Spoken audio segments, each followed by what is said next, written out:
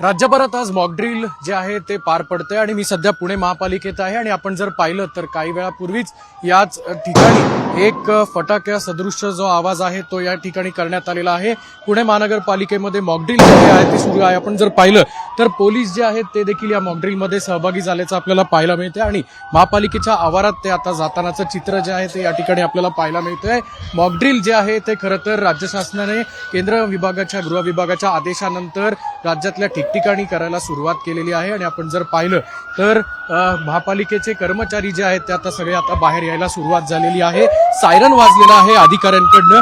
आपण जर पाहिलं तर लोकांना जागरूक करण्यासाठी खरं तर हा सगळा प्रयोग जो आहे तो केंद्रीय विभागाकडनं करण्यात येतोय। मी सध्या महापालिकेच्या आवारात आहे आणि आपण जर बघितलं तर कर्मचाऱ्यांना या ठिकाणी बाहेर काढण्याचा प्रयत्न जो आहे तो या ठिकाणी या मॉकड्रिलच्या माध्यमातून करण्यात येतोय। लोकांनी कुठल्याही परिस्थितीमध्ये घाबरू नये आणि कुठल्याही पॅनिक सिच्युएशनमध्ये लोकांना मार्गदर्शन कसं करण्यात यावं यासाठी खरं तर हा मॉकड्रिल जो आहे तो घेण्यात येतोय। आपण जर पाहिलं तर या ठिकाणी महापालिकेचे कर्मचारी जे आहेत ते देखील अनाउन्समेंट करतानाचं चित्र आहे जे आपल्याला पाहायला मिळते। पोलीस जे आहेत ते देखील या ठिकाणी आलेले आहेत आणि महापालिकेतले जे सगळे कर्मचारी आहेत ते या ठिकाणी उतरताना आपल्याला जिन्यातनं उतरताना आपल्याला पाहायला मिळतंय।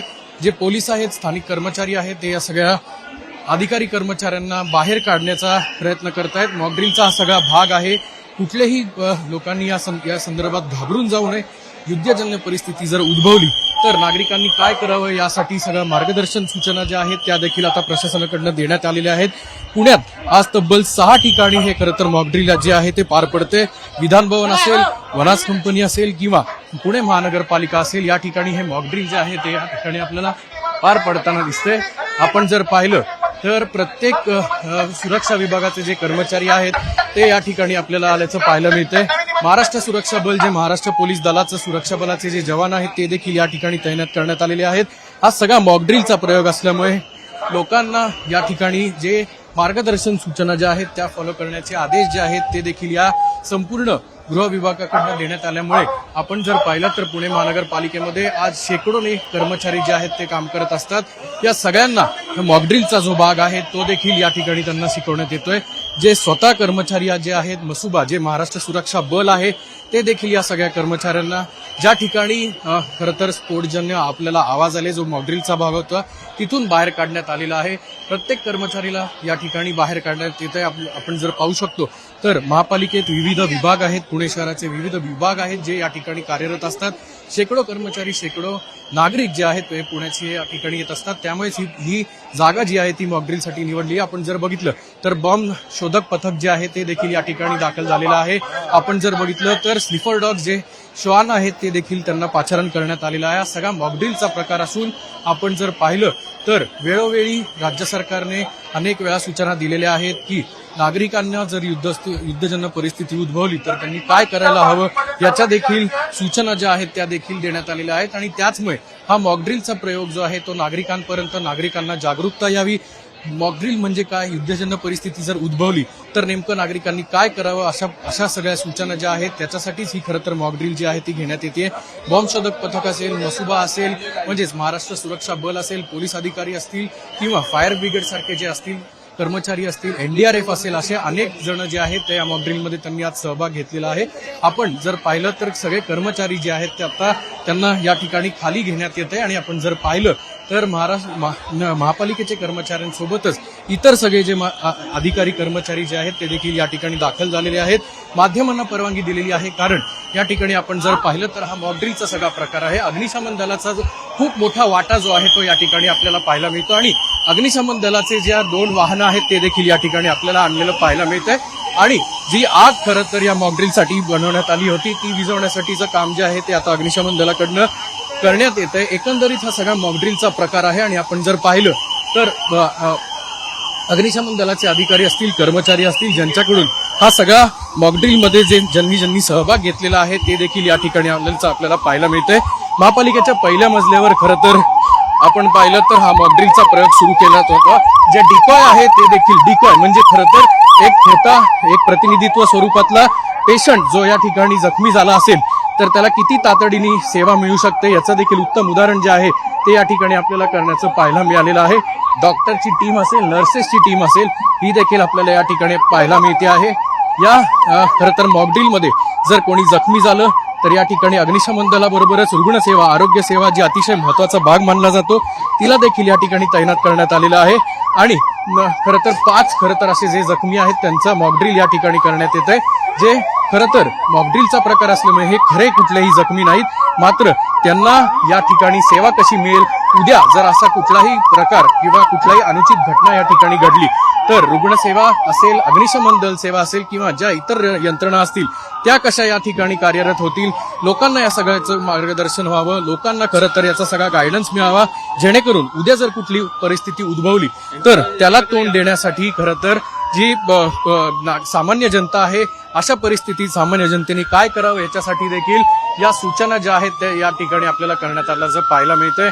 आणखी एक डमी पेशंट ज्याला आपण खरं तर प्रातिनिधिक स्वरूपात मॉकड्रिलचा एक पेशंट आपण जर म्हणलं तर चुकीचं ठरणार नाही, त्यांना देखील आता या ठिकाणी अँब्युलन्समध्ये दाखल करण्यात येतंय.